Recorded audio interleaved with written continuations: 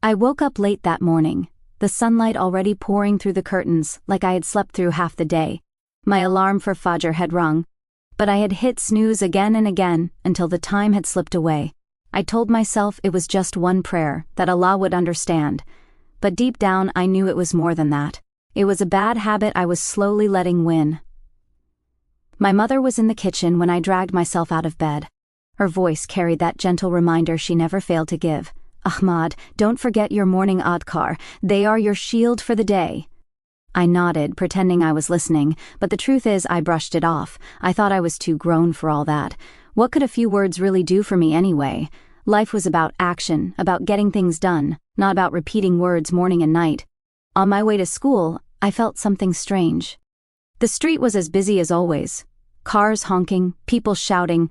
But inside me there was this heaviness, like something was sitting on my chest. I shook it off, thinking maybe I was just tired. But then I noticed something else. Every time I turned a corner, I felt as if someone was walking right behind me. I looked over my shoulder more than once. No one was there. Still, I couldn't shake the feeling. In class, it only got worse. I was trying to focus, but I kept hearing small whispers, like someone muttering under their breath. I checked my classmates. Nobody seemed to hear it but me. I pressed my palms against my ears, but the sound remained inside my head. By the time I walked home that evening, my nerves were raw. The sky turned orange as the sun dipped, and with every step I took, that heavy feeling grew heavier. My heart raced for no reason. When I entered my room, the air felt different. Still, too still. I sat at my desk to do homework, but the pen slipped from my hand. My body froze when I heard it, footsteps in the hallway outside my room. Slow, dragging footsteps. Is that you, Mama? I called out, my voice trembling. No reply. The footsteps stopped right outside my door. I waited, holding my breath, but no one entered. I finally forced myself to open the door. The hallway was empty. Relieved, I closed the door again. But just as the latch clicked into place, I heard a whisper so close to my ear that it felt like someone was inside my room. Why didn't you protect yourself this morning, Ahmad? I told myself it was stress. Maybe I needed fresh air. After school, I walked through the open market, the one with the loud sellers and the smell of roasted corn. I liked the noise. It made me feel normal again. I stopped by a stall to buy a small phone case. The seller looked busy and the price tag was smudged. I could have told him the right price, but a thought slid into my mind like oil on water. Say it's cheaper. He won't know. It wasn't my voice. It felt like someone leaning over my shoulder, grinning. I swallowed. How much? I asked. 5,000, he said, wiping sweat from his forehead. My tongue felt heavy. It was marked 3, I lied. Smudged, but I saw it. He frowned, checked the tag, and sighed. Fine, 3. I'm tired. As I handed him the money, guilt bit me hard. I told myself it was a small thing. Everyone lies sometimes, but the air around me turned colder, as if my lie fed something I couldn't see. When I left the market, the whisper returned. Closer now, pleased. Good.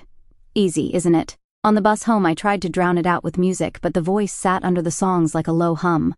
By the time I reached our street, clouds were heavy and gray. My mother was at the door. You didn't pick my call, she said. Come inside, pray Asr, then sit with me. I nodded, but my heart was far away. In my room, I placed the phone case on the table and stared at it. My chest felt tight. I knew what I had to do. I should return and pay the rest. I should make istighfar. But my pride was stubborn.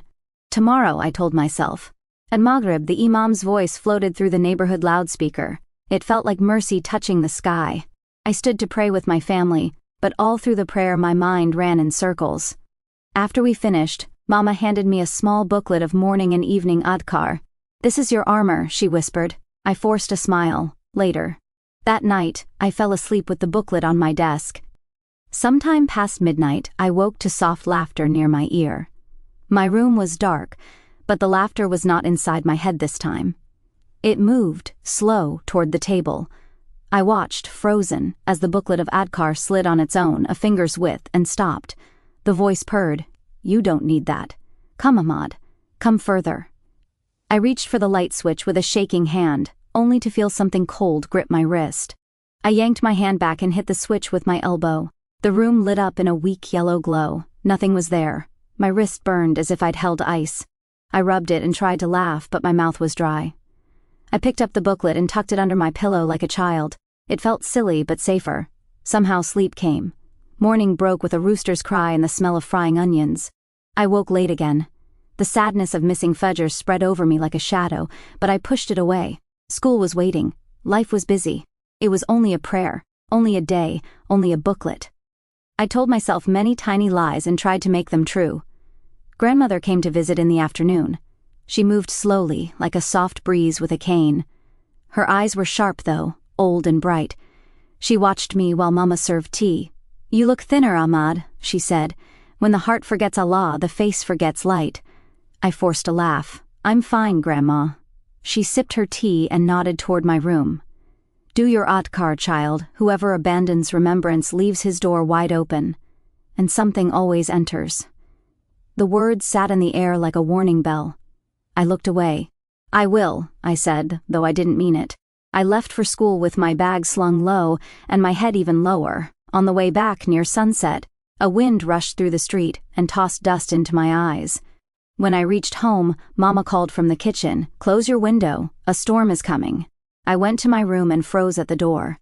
Long, thin scratches marked the outside of my window frame, 4 lines, like the place had been clawed in the night. I swallowed hard. "Probably a cat," I whispered. I pushed the window open and looked out. The wall below had the same scratches, heading downward like something had climbed away before dawn.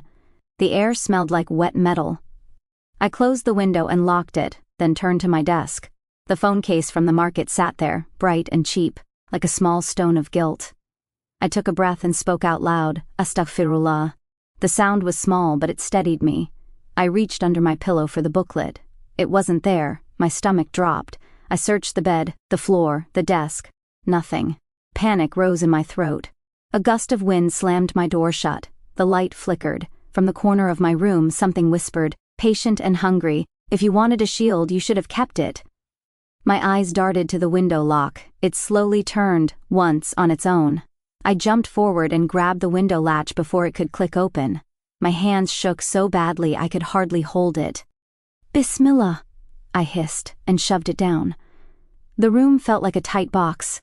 Like the air had weight. I needed to get out. I needed a voice that believed in me, that would make fun of my fear until it shrank. So I called Kareem. "Come out," he said. "My cousin got a new game late night." Mama frowned when I asked. "After Isha only," she said. "And read your evening Adhkar before you go." "Okay," I lied. Kareem lived 3 streets away in an old building with cracked stairs and a broken porch light. When he opened the door, loud music spilled out. "My guy," he grinned, slapping my shoulder. He always smelled like smoke and mint gum. His mother was out late working. His father had been gone for years. The house felt cold in a way that wasn't just air. I always noticed it but tried not to think about it. We played in the small living room, lights off, screen bright. Kareem laughed at my jump scares. "You're too soft, Ahmad," he teased. "All this prayer stuff made you weak."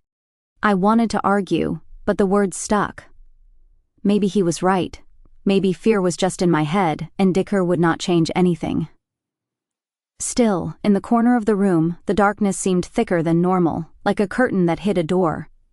Once, I thought I saw a shape there, crouched and watching. I blinked and it was gone. "Bro, your house feels cold," I said.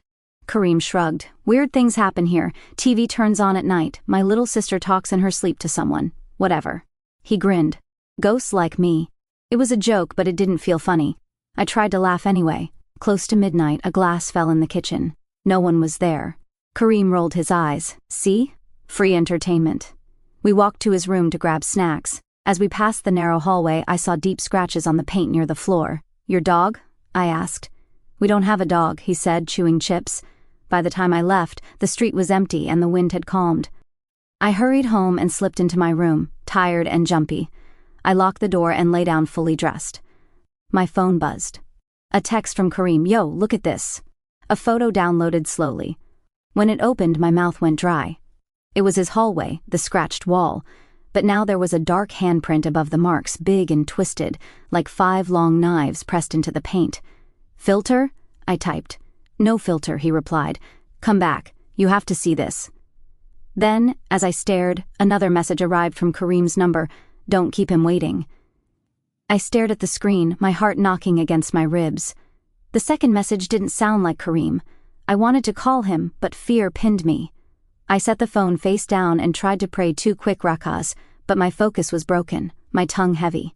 When I finished, I whispered, "Allah, please protect us," and climbed into bed. The house was quiet, the kind of quiet that made every creak sound like a shout. I pulled the sheet to my chin and forced my eyes shut. Minutes crawled by. Then I heard it, steps in the hallway, slow and dragging, like someone was moving a bag of sand. I held my breath and listened. One step, another. Then a pause outside my door. "Mama?" I whispered. No answer. The handle moved a little, like a test. It didn't turn. After a while, the steps started again, fading toward my sister's room. I sat up, ready to run, when a sharp scream cut through the house. "Mama!" she cried. I bolted into the hallway. My parents were already at her door. We rushed inside. My sister was sitting up, eyes wide, pointing to the corner. "The man was here," she sobbed. He was smiling without teeth. Mama held her tight. Baba checked the corner, the window, the closet. Nothing. My skin felt too small for my body. "It was a dream," he said softly, but his voice shook. He looked at me. Ahmad read Ayat al-Kursi over her. My mouth trembled. I started to recite, stumbling at first, then finding the rhythm, the meaning, the truth. As I recited, my sister's breathing slowed. Her eyes closed. She fell asleep against Mama's arm. Baba turned to me. "You remember your morning and evening adhkar, right?" I lowered my eyes. "Sometimes," I said. He nodded sadly. "Sometimes is not enough. The world is not always gentle." The rest of the night crept by. I sat in my room with the Qur'an open, reading short surahs. Every time the pages rustled, I jumped. Around 3 a.m., when the darkness felt thickest, my phone buzzed again. Another message from Kareem's number, a short video this time. I pressed play with a shaking thumb. The video showed his living room, dim and grainy. At first I saw nothing, then something tall and thin crossed the screen, a shadow moving on 2 legs, but bent, like it was too long for the room. It paused near the couch and turned toward the camera.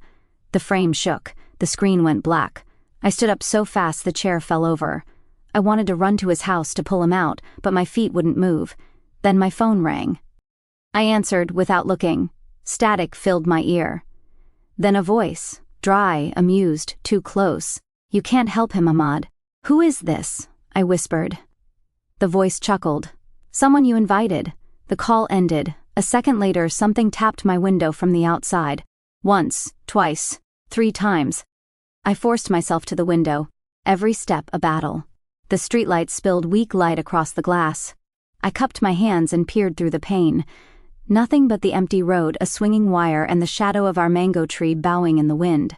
I stood there for a long time, whispering Hasbunallahu wa ni'mal wakil, over and over, until my breath slowed. At Fajr I prayed with my parents in the living room. My sister slept on the couch, small and peaceful under a thick blanket. After the prayer, Baba said, "Ahmad, come with me to the masjid after school. The imam asked about you." His voice was gentle but firm, a hand on my back guiding me forward. All day I watched the clock. The whispers were quieter, now, but not gone. At lunch, I told myself I'd make things right. I'd return the seller's money. I'd stop lying to myself. I'd start my adhkar like a starving man who finally finds food. I clung to this plan like a rope. After Asr, Baba and I walked to the masjid. The sky was clear, a soft blue after the storm. The imam was waiting in the courtyard, a tall man with a white beard and eyes like calm water. He smiled when he saw us. "Ahmad," he said, taking my hand in both of his. "I have missed your face." I swallowed. "I've been busy. Busy hearts forget to breathe," he said, and led us inside. We sat on the cool carpet. The scent of musk and old books filled the room. He listened as I told him about the whispers, the window scratches, the messages from Kareem's phone, my sister's nightmare. I left nothing out, not even the lie at the market. The imam closed his eyes for a moment, then spoke softly. "You carry burdens unseen. Sin is a door. Heedlessness is the key. Adhkar are your locks and your alarms. When you leave them, you sleep with the door open and wonder why the night walks in." He placed a small, worn booklet in my hand. "Begin tonight, morning and evening, after prayers, before sleep. Fill your mouth with Allah's name until there is no room for anything else." I nodded, tears burning my eyes. "Will it stop?" Whatever this is? He held my gaze. Dhikr is light. Light does not argue with darkness, it replaces it. He paused. But you must also fix what you broke. Return the seller's right. Seek forgiveness. Stand in the last third of the night. Ask Allah for a heart that remembers. I promised I would. We rose to leave. When we reached the door, the Imam touched my shoulder. One more thing, he said. Do not go to Karim's house tonight, not until we recite there together. Some houses are empty of protection. Yours is weak. His may be open. A cold wind slid through the entryway. I nodded, fear and relief mixing inside me. Baba and I stepped out into the fading light. My phone buzzed. I glanced down and froze. A new message from Karim's number, a single line that made my blood run cold. If you're not coming to me tonight, Ahmad, then I'll come to you. That night, I couldn't keep still. Every creak of the house made me jump. I sat on my bed with the Imam's booklet clutched in my hands. I tried to recite the evening adhkar, my voice trembling at first, but the words slowly rolled off my tongue. Subhanallah, Alhamdulillah, Allahu Akbar. The verses wrapped around me like a thin blanket, not enough to erase my fear, but enough to remind me I wasn't alone. By midnight, I felt my eyelids grow heavy. I turned off the lamp and slid beneath the sheet. Sleep came like a thief, quick and unexpected. But it didn't stay. A loud crack jerked me awake. My eyes darted to the corner of the room. The mirror above my desk had a jagged line running down the middle, as though someone had struck it with a stone. My heart hammered. I hadn't moved. Nobody had entered. The air smelled like burnt paper. I forced myself out of bed, whispering Bismillah. My feet were cold against the floor. I stepped closer to the mirror. My reflection stared back at me, pale and frightened. I reached out a shaking hand to touch the crack. The glass pulsed faintly, as if it were breathing. Then my reflection did something I didn't. It smirked. I stumbled back so fast I hit the chair. My reflection tilted its head, eyes narrowing with a cruel amusement. I opened my mouth to scream, but no sound came. Suddenly, the crack spread wider, splintering across the glass like lightning. Tiny shards fell, tinkling onto the desk. My reflection whispered, though its lips barely moved, "You belong to us now." The mirror shattered completely. I shielded my face as sharp pieces rained down, some bouncing across the floor, others sticking into the wood of the desk. My chest felt like it would explode. The door flew open. Mama rushed in, her scarf loose around her shoulders. "What happened?" she gasped, staring at the broken mirror. I tried to speak, but my throat was locked. Baba appeared behind her, eyes darting between me and the shards on the ground. "Did you throw something?" he demanded. "No," I croaked. "It broke on its own." They exchanged a worried glance. Mama whispered, "A mirror doesn't break by itself." I clutched the Imam's booklet like it was my last lifeline. Baba sighed heavily. "Tomorrow we go back to the Imam. This is beyond us." I nodded, unable to look at the shattered glass. Because deep inside I knew it wasn't just a broken mirror, it was a warning. Later, when everyone had gone back to their rooms, I sat on the bed hugging my knees, whispering every verse I knew. The floor was littered with shards that caught the moonlight, sharp and shining. My reflection no longer stared back at me, but the words it had spoken echoed in my head. Just as I began to drift into uneasy sleep, I heard it again, this time not from the mirror, but from under my bed. "You belong to us now, Ahmad." I froze, my breath shallow, ears straining. The voice under the bed was clear, dark, and certain. I couldn't force myself to look down. I gripped the booklet tighter, whispering Ayat al-Kursi over and over until my throat hurt. Slowly, the whisper faded, but sleep never came. I sat awake until the dawn of dawn drifted in from the masjid. After Fajr, Mama lingered beside me longer than usual. Her eyes looked tired, lined with worry. She stroked my hair the way she used to when I was little. "My son," she said softly, "you're drifting. Your eyes carry a weight too heavy for your age. Tell me what is wrong." I wanted to spill everything, the whispers, the mirror, the voice under my bed, but I couldn't. The words jammed in my throat. I only shook my head. "I'm fine, Mama, just school." Her eyes filled with tears. "Don't lie to me, Ahmad. I raised you. I can see your soul trembling." Her hands gripped mine. "Return to Allah, son. He is waiting. He is near. I fear for you." I looked away. "It's nothing." My pride, my shame, my fear all tangled. It was easier to stay silent than to open the door to truth. Later, I stormed out, desperate for distraction. Kareem was waiting near the corner shop, leaning against a wall with that careless grin. "You look like you saw a ghost," he laughed. I forced a smile. Maybe I did. We walked aimlessly, talking about games, music, anything but the strange things crawling around my life. Yet, every time Kareem laughed, something about it rang hollow, like his voice was carrying an echo from somewhere deeper, darker. As we passed an alley, he lowered his voice. "You ever wonder why your house feels heavy?" I stopped. "What do you mean?" He smirked. "Mine feels the same. Shadows, noises, things breaking. It doesn't scare me. It's power, Ahmad. Power waiting for us to claim." I felt my stomach turn. "That's not power, Kareem. That's evil." He shrugged. "Evil, good, just words. What matters is who bends first, you or them." I stared at him, unsettled.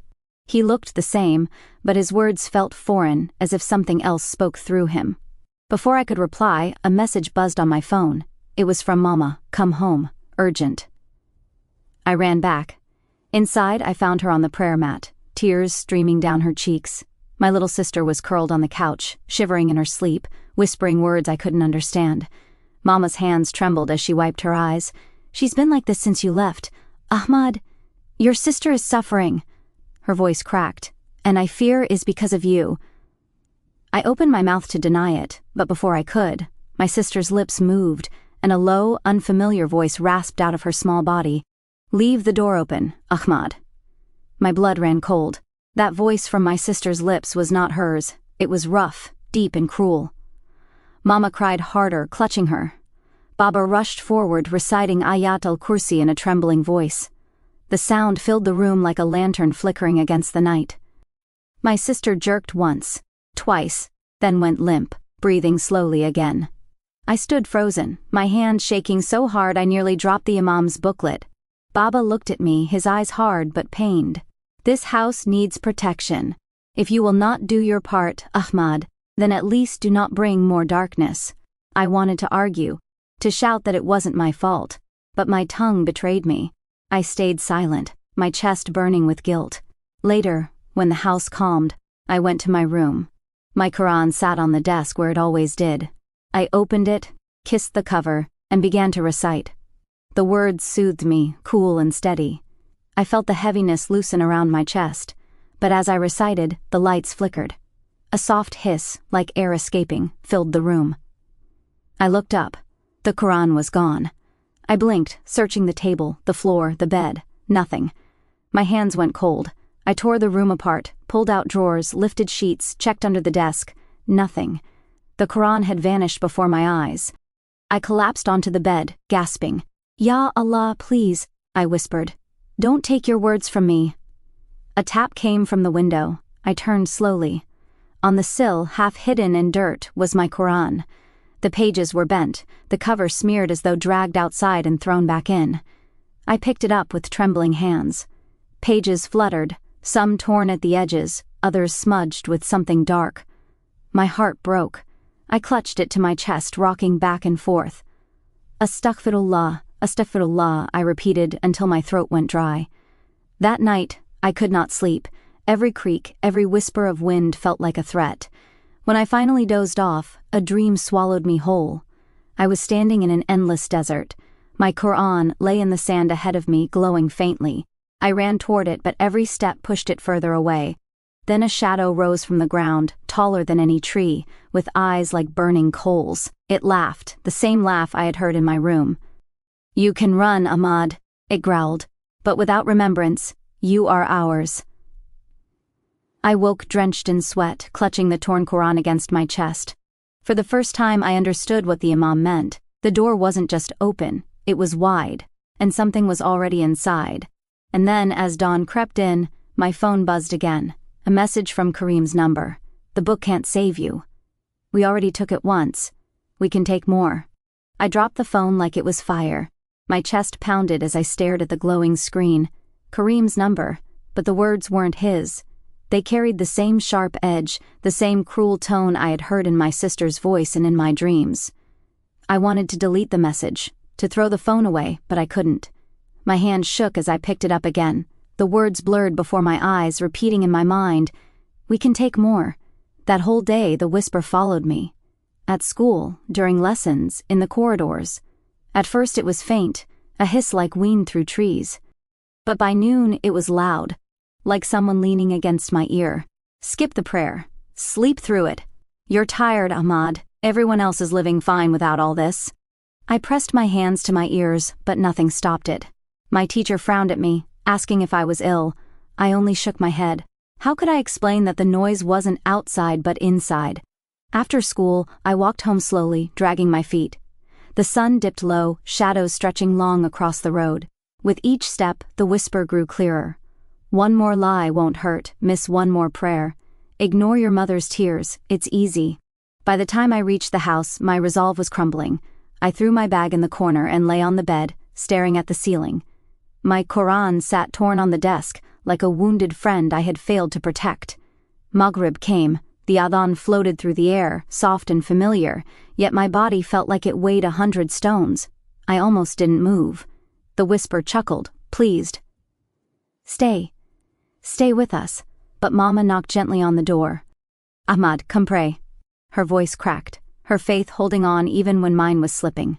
I forced myself up, legs weak. I prayed, but the whispers didn't stop. They only mocked. That night, lying in the dark, the voice no longer pretended. It spoke as if it owned me. "You are already ours. Do you not see how far you've fallen? You opened the door, you left it wide. We only walked in." I pressed the booklet of Adhkar to my chest, whispering each line until my lips were dry. For a moment, the voice grew softer, fading into the shadows. But then it returned, louder than before, crueler, hungrier. And then, for the first time, I realized it wasn't alone. A chorus of whispers rose around me, circling like wolves. "Ahmad! Ahmad! Ahmad!" My name repeated over and over, each voice heavier than the last. I covered my ears, shut my eyes, but the sound filled me, crawling under my skin. Suddenly, from the hallway, a loud crash echoed, like something had fallen. I leapt to the door and pulled it open. My sister was standing there in the dark, eyes wide, her hands clutching the air. "Make them stop, Ahmad," she whispered. "They're calling me now." Her words cut through me like ice.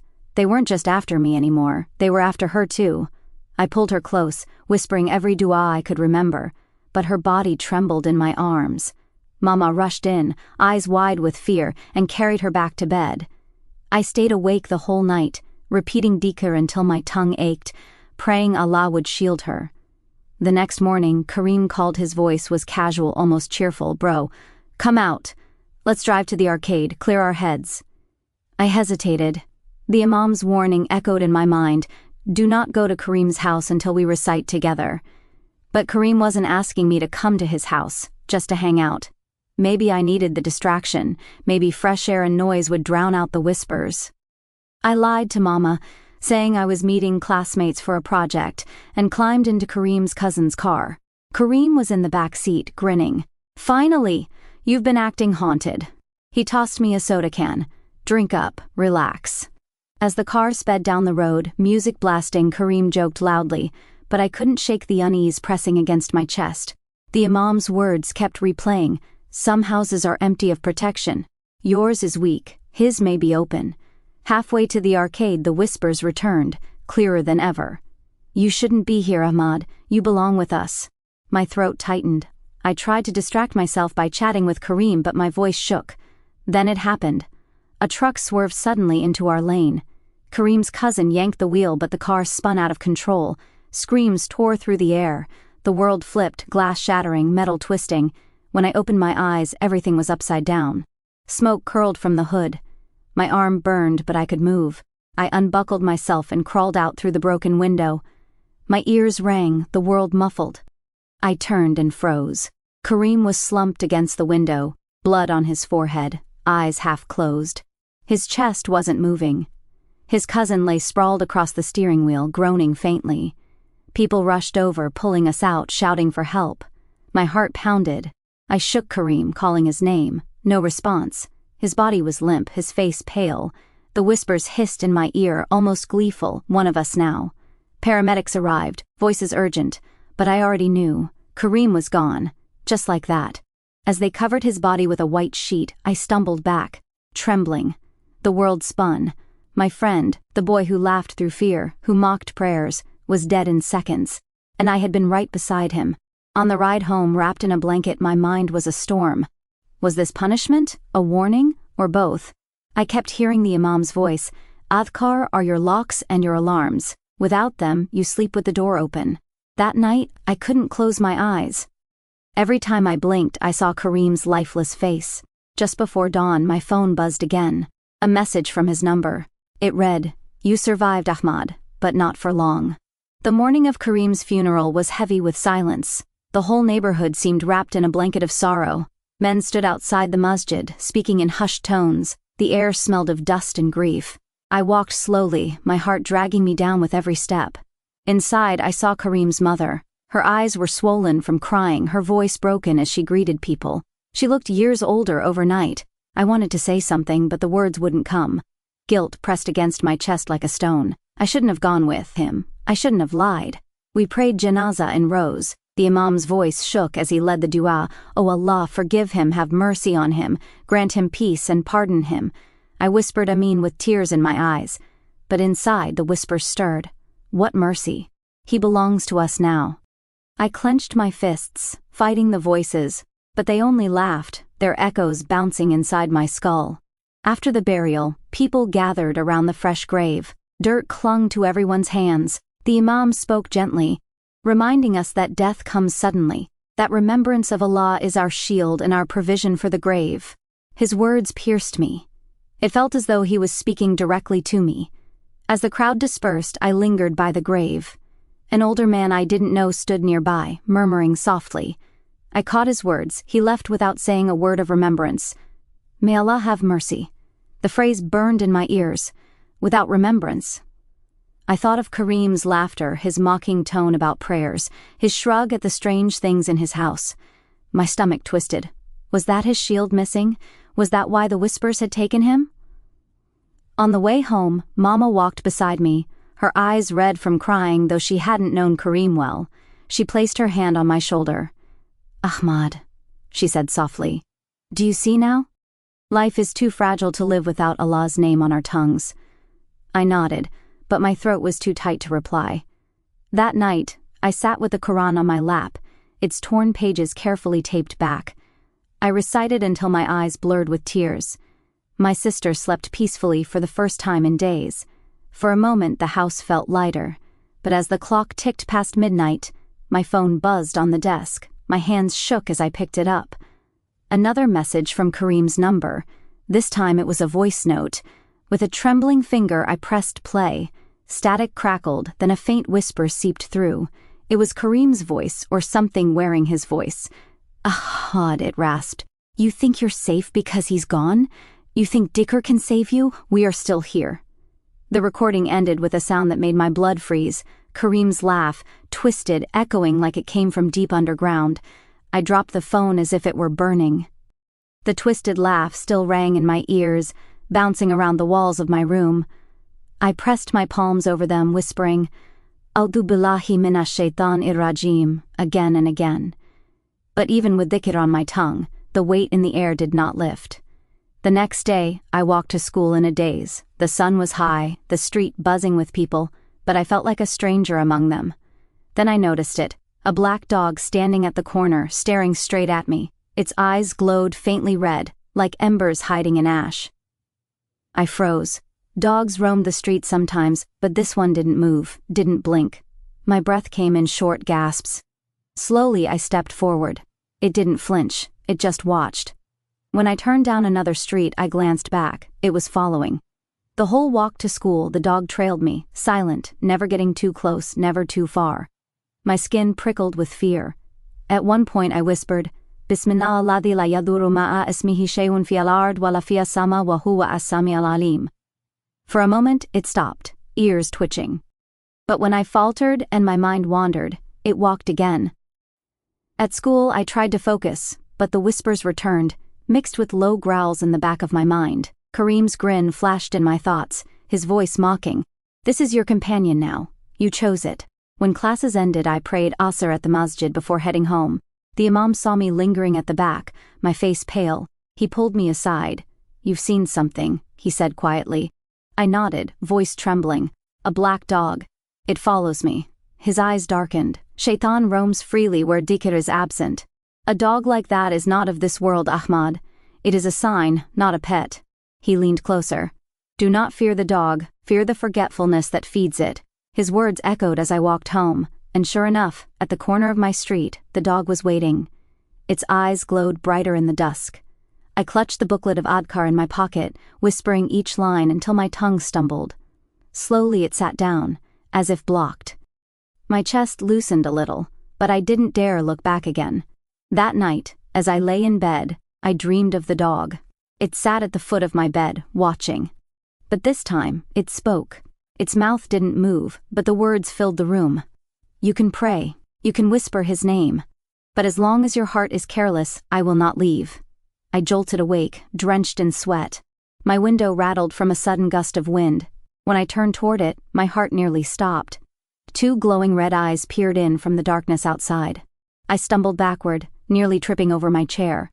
The red eyes at the window glowed brighter, then blinked once. Slow, deliberate. My lips trembled as I whispered Allahu Akbar again and again. With shaking hands, I grabbed the Qur'an from my desk and began to recite aloud. My voice cracked, but the verses filled the room with light. The eyes vanished. The night grew still. I collapsed on the bed, clutching the Qur'an to my chest, my whole body trembling. Sleep didn't come. Only fear. The next morning, I walked to school with heavy steps. Every corner I passed, I expected to see the black dog again. But it wasn't there. The air still felt thick, though, like I was walking through smoke. On my way home, I stopped at a small shop to buy bread. That's when I noticed him, a man sitting near the entrance on a wooden stool. His beard was long and white, his clothes simple, his eyes kind but piercing, like they could see through me. "Ahmad," he said, calling me by name, though I had never seen him before. My heart jumped. I hesitated. "Do I know you?" He shook his head slowly. "But I know you. I know the shadows that cling to you." His voice was calm, steady. "Do you know why they follow you?" My throat was dry. "Because of Kareem?" He smiled sadly. "No, because of you, because your tongue is dry from Dhikr." He leaned forward.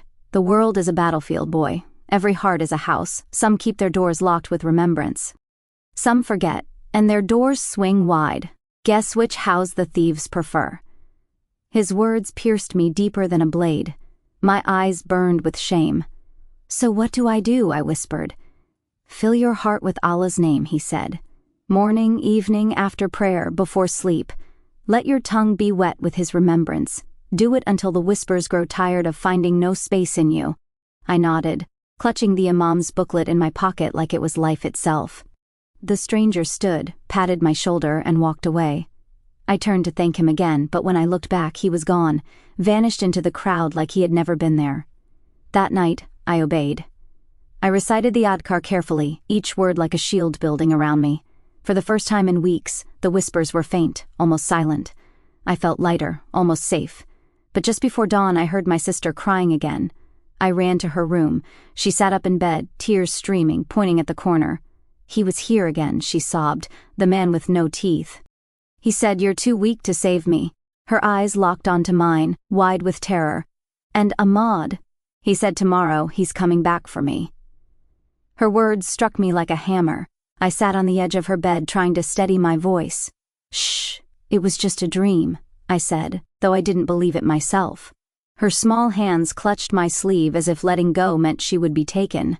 Mama rushed in, her face pale. "Again?" she whispered. She looked at me with eyes that held both fear and accusation. "Ahmad, you must protect this house. You're the eldest. Your sister depends on you."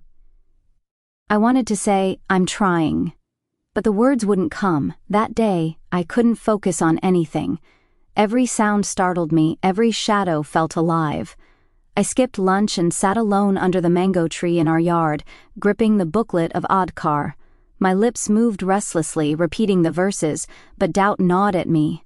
What if my dhikr wasn't enough? What if my sins had made me too weak?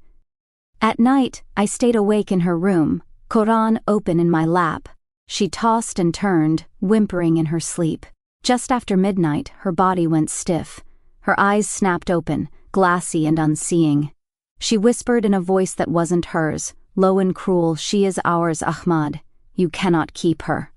My chest tightened. "No," I whispered, "Allah is her protector." I recited Ayat al-Kursi aloud, louder and louder, my voice shaking but firm. For a moment her body jerked violently. Then, with a cry, she collapsed back onto the bed, breathing heavy.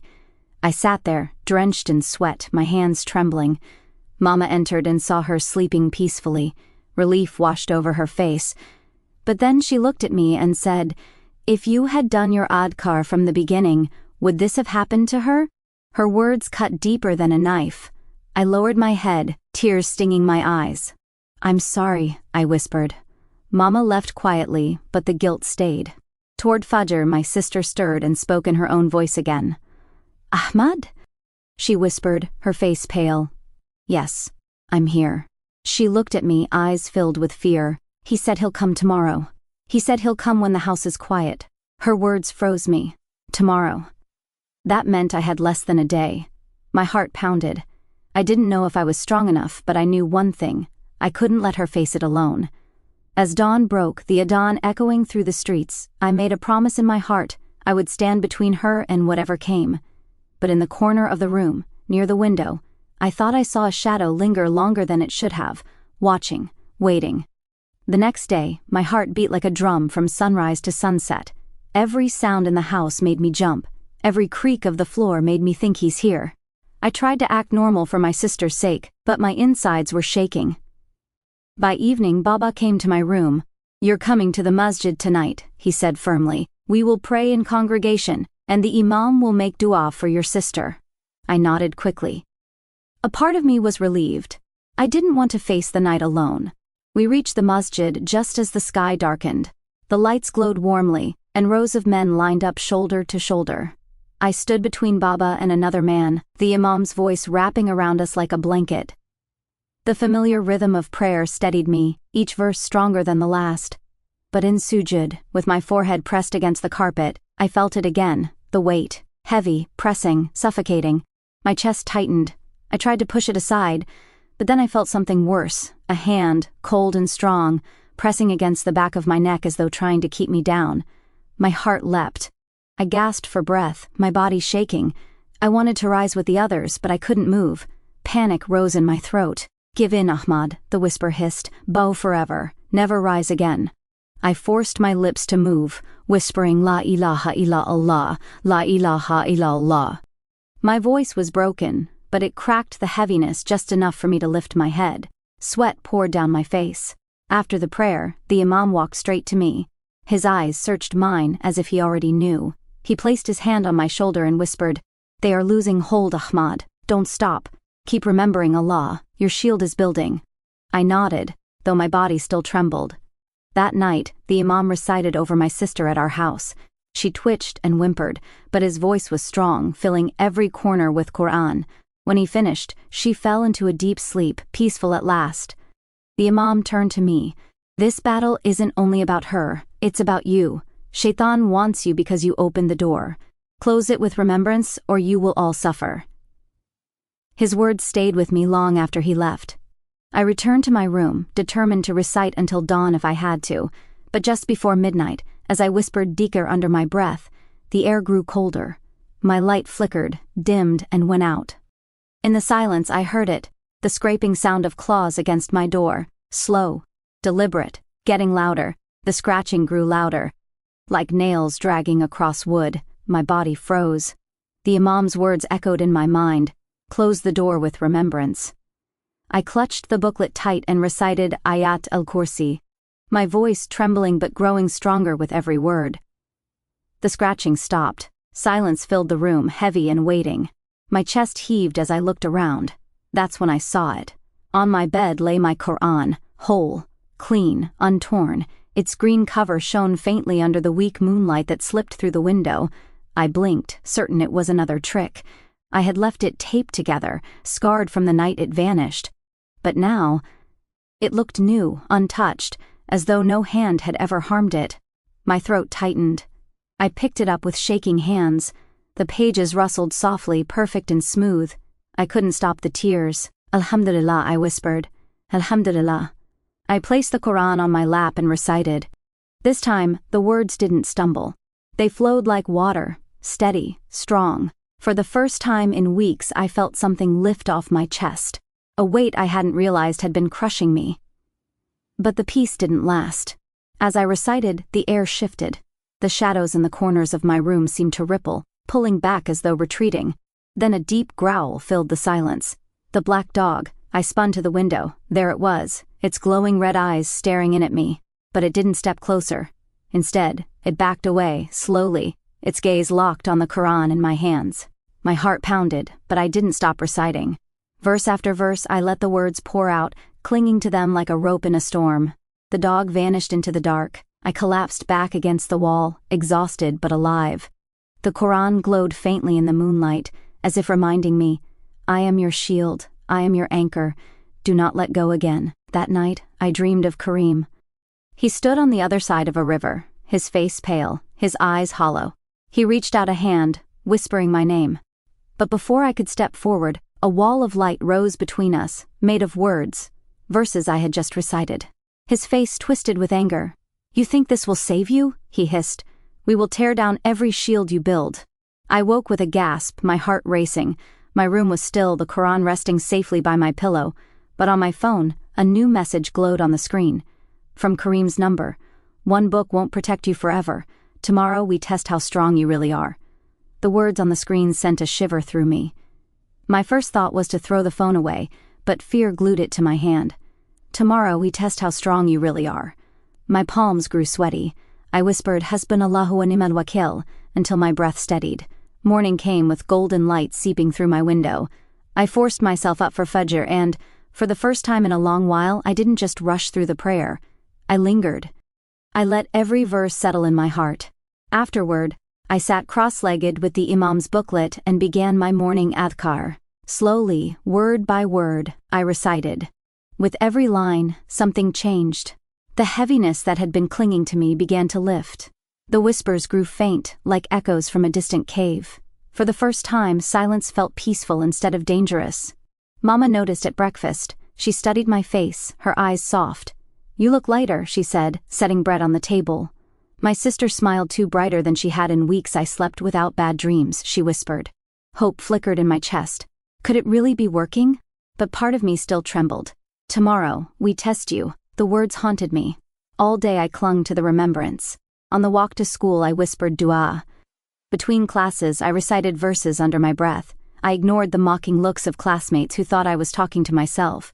The more I remembered Allah, the less the whispers dared to speak. At sunset, something happened that nearly broke me. As I walked home, I saw the black dog again, standing at the far end of the street. But this time, when I recited Bismillah Alladhi la yaduru, it lowered its head and turned away, slinking into the shadows. My breath caught in my throat. My shield was working. That night, after Isha, I gathered my family. Let's recite together, I said, my voice shaking but firm. Mama's eyes glistened. Baba nodded. Even my little sister joined, her small voice trembling through the dua. The house felt alive with light, every corner echoing with Allah's words. When we finished, the silence was no longer heavy. It was calm, safe. My sister leaned against me, yawning. It feels warm, she whispered, but just as relief settled over me, a sudden thud shook the walls of the house. We froze. Another thud followed, louder, like fists pounding from the outside. My heart slammed in my chest. Baba rushed to the window. Nothing's there, he said, his voice tense. Then, from outside, a voice roared, low, guttural, and furious. You think words can keep us out? The lights flickered, my sister screamed, and in that moment I realized, this was the test they promised. The roar outside rattled the windows, my body went stiff, my heart pounding like a drum. Mama clutched my sister close, whispering La ilaha illallah over and over. Baba stood frozen, his face pale, gripping the doorframe as though it might hold him steady. I forced myself to move. My hands shook as I opened the Imam's booklet and began reciting loudly, my voice breaking but determined. A'udhu bikalimatillahi tamati min shari ma khalaq. The walls seemed to vibrate with the words. The pounding stopped. Silence. Then came the whisper. It wasn't faint this time. It wasn't hidden. It slid into the room like smoke, curling around us, close and mocking. You think Dhikr can save you, Ahmad? It hissed. You think your weak tongue can block us? My knees buckled, but I gripped the Qur'an tighter. My lips didn't stop.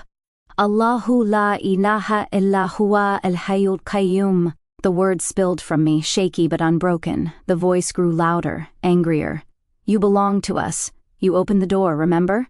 One prayer missed, one lie told, one shield forgotten. You welcomed us in. Tears blurred my vision. The guilt stabbed deep because it was true. I had opened the door, but I forced my voice to rise above the whisper. Allah is my protector, Hasbunallahu wa ni'mal wakil. The room seemed to shift. The lights steadied, the air grew lighter. Mama's voice joined mine, then Baba's, then my little sister's trembling words. Together, we filled the house with remembrance. The whisper faltered, breaking into a hiss. We will not leave, not yet. And then, silence. For the first time in weeks, the house felt calm. My sister slept peacefully that night, curled against Mama's side. Baba sat awake near the door with his prayer beads, whispering Dhikr until his lips turned dry. I lay in my room, the Qur'an by my pillow, staring at the ceiling. I wanted to believe it was over, that the shield had finally worked. But deep in my chest, I knew the battle wasn't finished. Just before dawn, as the adhan floated through the air, I closed my eyes, exhausted. That's when I felt it, a breath, warm against my ear, and a whisper so soft it made my skin crawl. This was only the beginning. After that night, I thought I would never hear the whispers again. For a few days, the house stayed calm. My sister slept without screaming, Mama's tears slowed, and Baba's voice grew steady in Dhikr. Even I felt lighter, though the guilt still lived in my chest. But Shaitan doesn't give up so easily. One afternoon after school, I saw some of my old friends at the corner shop. They used to be my crew before things turned dark. Kareem had been the loudest, but with him gone, the others were quieter, almost cautious. Still, they grinned when they saw me. Ahmad! Long time, bro, one of them said. We're heading out tonight. Just chill, nothing crazy. You coming? My stomach tightened. I remembered the Imam's warning. I remembered Kareem's grave. My lips almost said no, but then another voice, slick and tempting, slid into my ear. You can go, just once. You're stronger now, aren't you? What's the harm in being with them? I hesitated. My friends watched, waiting. Their smiles tugged at me like hooks. For a moment I missed the easy laughter, the feeling of belonging, the noise that drowned out the whispers. Where? I asked. Just the arcade, maybe food after. Come on, you don't have to be a saint all the time. They laughed, nudging each other. The voice hissed again, pleased. Yes, come back. Forget the shield for one night. I clenched my fists. My heart beat fast. Ya Allah, I prayed silently, don't let me fall again. But then my phone buzzed. A message from Mama. Don't forget the adhkar, son. Your sister slept peacefully because of you. Don't stop now. My eyes blurred with tears. I looked back at my friends. Their grins seemed different now. Empty, hollow, shadows of what once was. Not tonight, I said firmly. I can't. They groaned, rolling their eyes. You've changed, Ahmad. Religion made you boring. I swallowed the hurt and turned away. My feet felt heavy but steady. I whispered Dhikr under my breath as I walked home. Each word was a step away from the trap. That night, I recited until my eyelids drooped. But just as I drifted into sleep, I felt the air shift. A presence lingered in the corner of my room. The voice returned, low and mocking. You resisted tonight. But how many times can you say no? One day, Ahmad, you will join him. I sat up, heart racing. Join who? I whispered into the dark. The shadows rippled, and from the silence, a single word came back.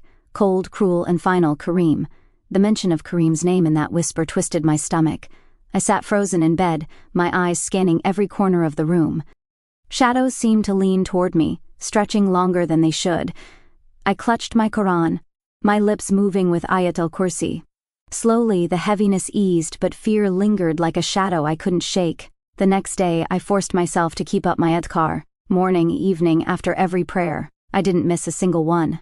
Each time I remembered Allah, I felt safer, stronger. But the whispers didn't stop completely. They waited, circling like predators, striking only when my guard slipped. That evening, I came home tired. I had almost forgotten my evening adhkar when Mama called, "Ahmad, don't delay." I muttered them quickly, half distracted, thinking it was enough. My heart wasn't fully in it. When night fell, the house grew unusually quiet, too quiet. Even the usual sound of the wind in the trees was gone. I lay on my bed, scrolling my phone, trying to push away the unease. Suddenly, my door creaked. I looked up. It had swung open on its own. My throat went dry. Slowly, I got up and pushed it shut, locking it. I pressed my forehead against the wood, whispering Bismillah.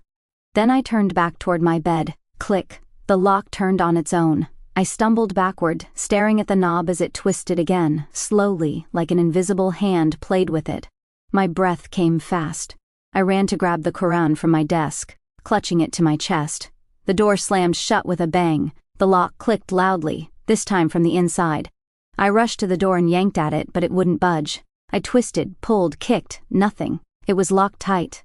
The room grew colder. My breath fogged in the air. The whispers rose around me, circling. "You didn't guard your tongue tonight. You didn't mean the words. Empty Dhikr, empty shield, now we can enter." I fell to my knees, tears stinging my eyes. "Allah, forgive me, protect me. I was careless." I began reciting from Surah Al-Baqarah, my voice cracking, forcing the verses out. The whispers shrieked, angry, but they didn't leave. Then came a sound that made my heart stop. A knock. From inside the room. I spun, Qur'an clutched tight, staring at the closet door. The knock came again, louder. My chest squeezed. Slowly, the closet handle began to turn. The closet handle creaked as it turned, slow and deliberate. My breath caught in my throat. I pressed my back against the wall, clutching the Qur'an so tightly my fingers ached. "Audu billahi min ash-shaytanir rajim," I whispered again and again. The door rattled once, twice, then stopped. Silence filled the room, heavy and suffocating. My knees trembled, but I kept reciting, every verse, every dua I could remember. After what felt like hours, the heaviness lifted slightly, enough for me to collapse onto the bed in exhaustion. When Fajr came, I stumbled to the masjid. The Imam noticed my pale face and red eyes. After prayer, he pulled me aside. "Ahmad," he said gently, "Ramadan is here. The doors of mercy are wide open. Shaitan is chained, but his whispers linger in hearts that fed them. This is your chance. Spend the nights in Dhikr, in Qur'an, in dua. Let the light drown the shadows." His words planted hope in me. That night, I joined the congregation for Taraweeh. Row after row, shoulder to shoulder, we recited long portions of the Qur'an. Each verse felt like a sword cutting through the chains that had held me. Tears streamed down my face. I felt alive again. Then came the last 10 nights. Everyone whispered about Laylatul Qadr, the night of power, the night better than 1,000 months. I promised myself I wouldn't waste it. One night the masjid was filled with worshippers. The air buzzed with Qur'an and dua. I knelt in sujood, my forehead pressed to the carpet, pouring my heart out. "Ya Allah, forgive me for forgetting you. Protect my family, protect my sister. Don't let me fall back." My tears soaked the carpet. As I prayed, something incredible happened. The heaviness I had carried for weeks lifted completely. It was as though a veil had been torn away, and light poured into my chest. For the first time, I felt free. The whispers were silent. The shadows retreated. My heart beat steady, filled with calm.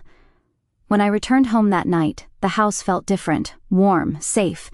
My sister slept peacefully, a smile on her lips. Mama whispered, "She hasn't stirred once." Baba nodded, his eyes glistening. I lay on my bed with the Qur'an by my side, whispering Dhikr until sleep finally came. But dreams found me again.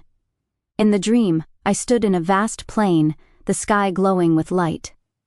Karim stood across from me, his face twisted in anger.